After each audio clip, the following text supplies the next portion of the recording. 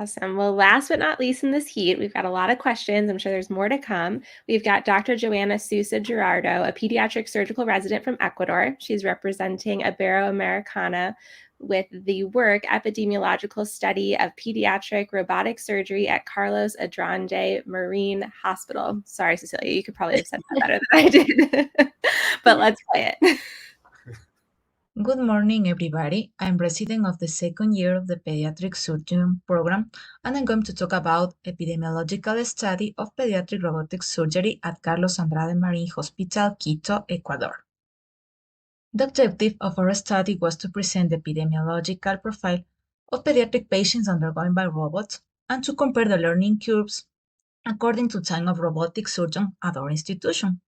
The profile was female, 12 years old, 37 kilograms, with a median hospitalization of 2 days. The statistically significant variables were days of hospitalization, age, total surgery time, docking, and closure time. We record complication in 14 cases, conversion in 2, and mortality in 2 cases. We have 76 general surgery and 29 urological procedures. For surgeon 1, PDL corresponds 44.8% of surgery, and the surgeon 2, 55.2 procedures. Total surgery time and consult time show a positive asymmetry for both surgeons. Conclusion. The average robotic patient was a female adolescent weighing around 37 kilograms. The most common procedure was cholecystectomy followed by pyeloplasty. The average hospitalization stay was 2 days without complication, and the average total surgical time was 80 minutes, docking 12, and consult time was 42. Thank you very much.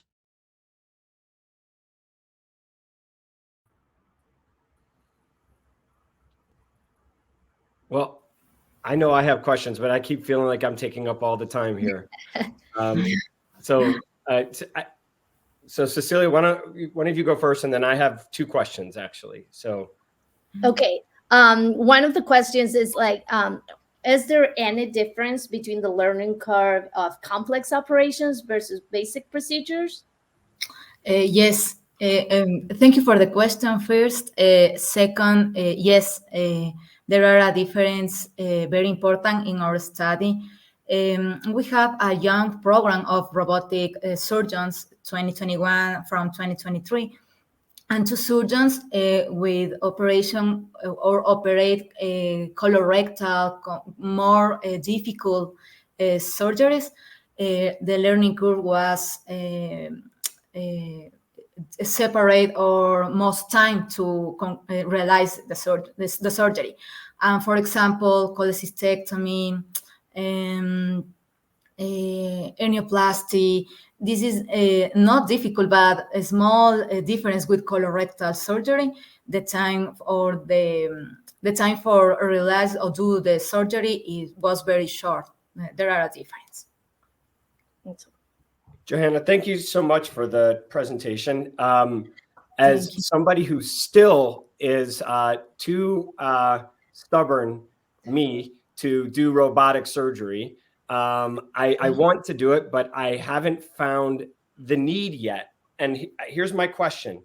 The cases where I believe it would benefit me the most would be the neonatal, the case that Darius just showed, the neonatal tough cases, but we can't. It's too big. So we have it for the bigger patients. And it seems to me the biggest benefits there are pelvic surgery, pyeloplasty as well, but also, maybe deep pelvic surgery. But for most pediatric surgery cases, you do pyeloplasty, but for people like me that do not, where do you find it is incredibly helpful other than a pyeloplasty or deep pelvic surgery? I saw you did cholecystectomy, but is it really easier or necessary? It's not easy, the cholecystectomy. The pyeloplasty is considered the surgery most complicated. It's very, very detailed, very slow movements, identify the structures very, very, very quiet, very slow, and it's considered a complicated surgery. But the two surgeons in our program, first, or one of them, liked the urological procedures, and he realized pyeloplasty, on other or urological procedures, and the other surgeon is most for colorectal. And these two programs, or these two factors contribute the difference in our study. Okay, thank you so much. Thank you so much.